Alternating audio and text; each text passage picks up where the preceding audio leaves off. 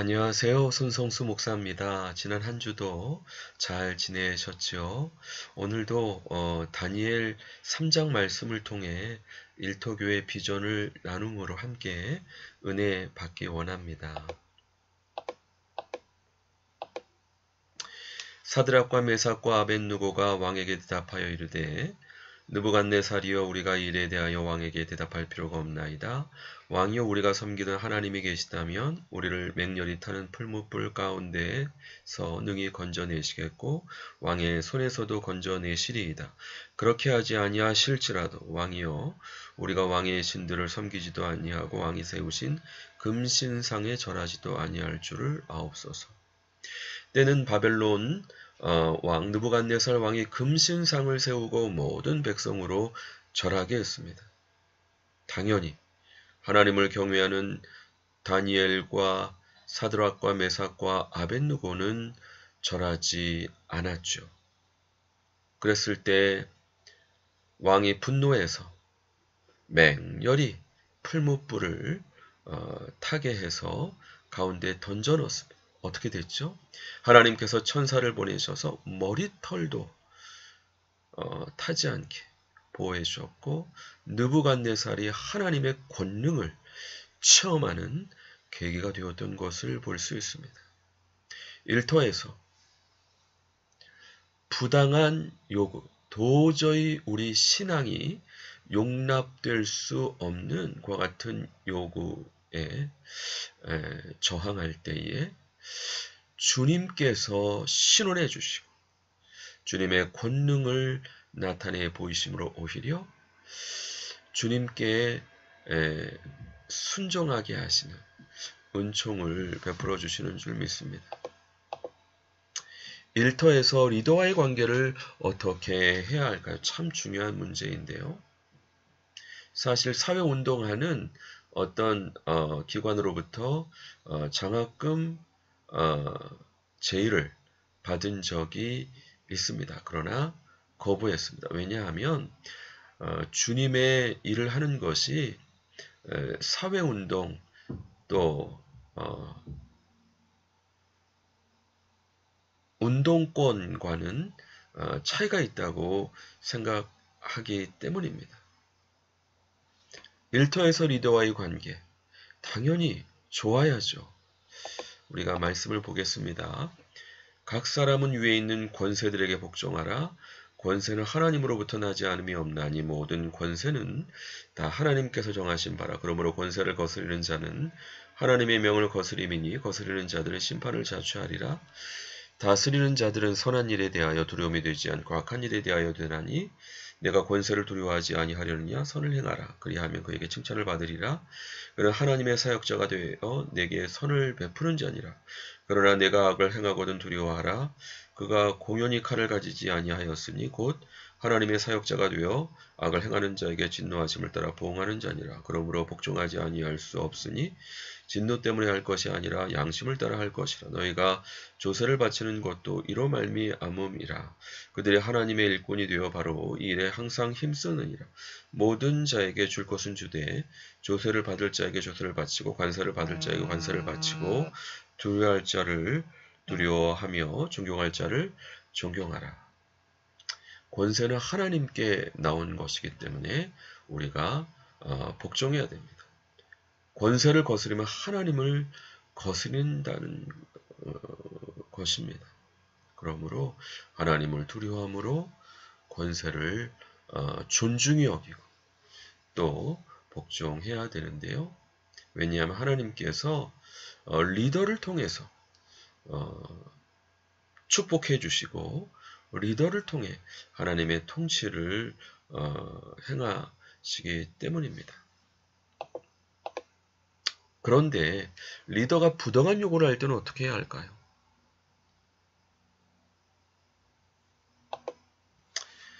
사람을 경책하는 자는 혀로 아첨하는 자보다 나중에 더욱 사랑을 받느니라. 사실 제가 선교회 총무로 섬기고 있을 때 리더십이 사실 지금 생각해보면 엉망이었습니다. 같이 근무하시는 간사님들이 많이 힘드셨을 텐데 그래도 지금까지 기억에 남는 간사님이 계십니다. 바로 저의 어떤 권유를 존중해 주시면서도 충원하고 또 리더십에 대해서 이 테이프까지 선물하셨던 그 간사님이 아직도 생각이 나고 지금도 너무나도 고맙게 여겨집니다. 당연히 리더를 존중하고 그 권위를 소중히 여겨야 됩니다.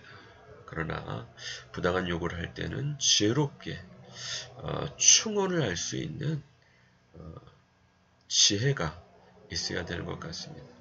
우리가 역사를 살펴보더라도 왕의 입맛에 맞는 이야기만 하는 간신들은 오래가지 않았습니다. 그러나 충신은 역사가 흘러도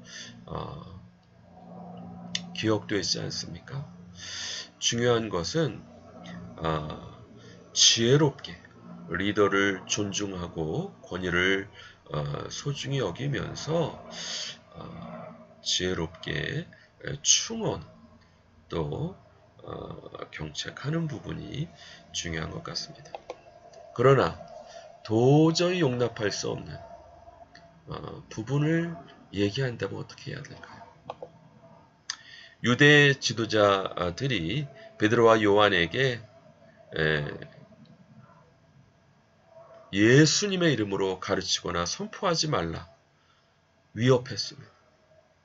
그때 그들의 반응은 어땠을까요? 베드로와 요한이 대답하여 가로되 하나님 앞에서 너희 말 듣는 것이 하나님 말씀 듣는 것보다 옳은가 판단하라.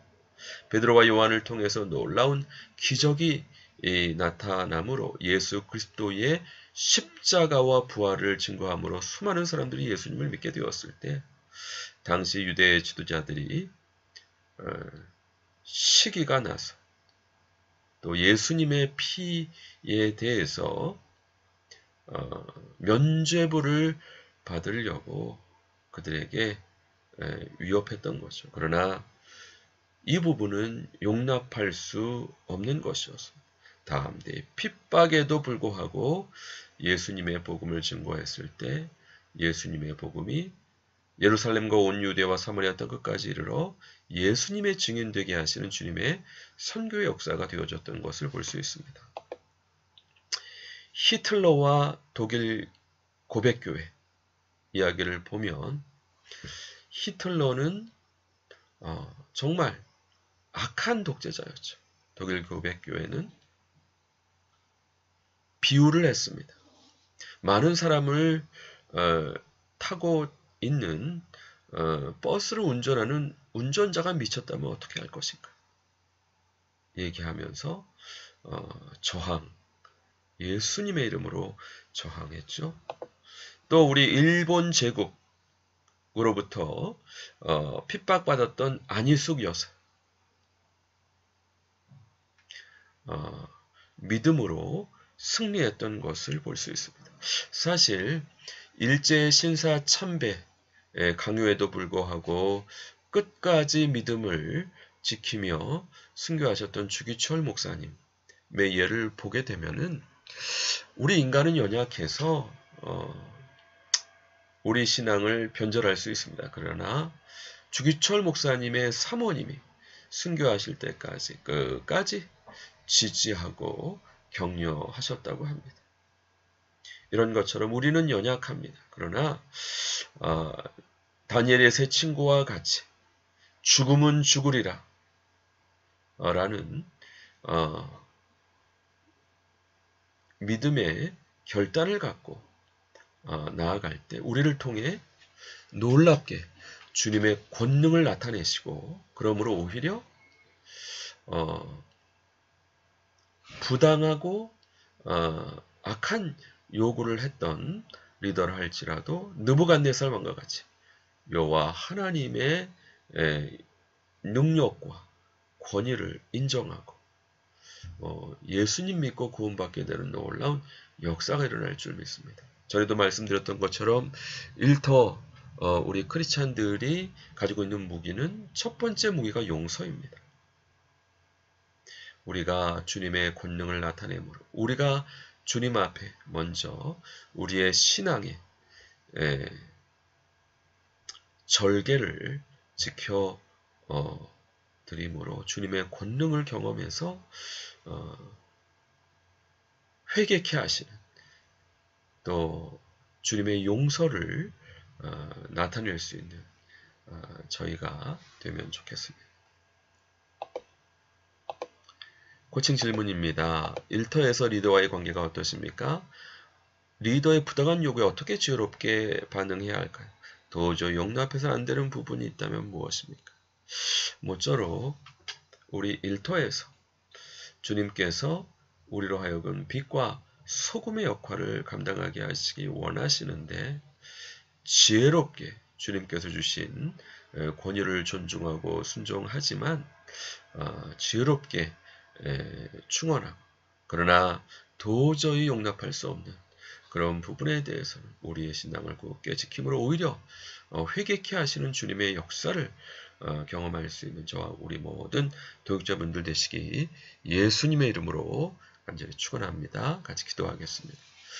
주님 그렇습니다. 다니엘의 세 친구와 같이 도저히 용납할 수 없는 부분에 대해서 우리의 신앙의 절개를 지켜 드림으로 오히려 주님의 영광이 나타나고 회개케 되는 주님의 영광을 인정하고 존중하게 되는 놀라운 역사를 우리를 통해 이루실 줄 믿습니다.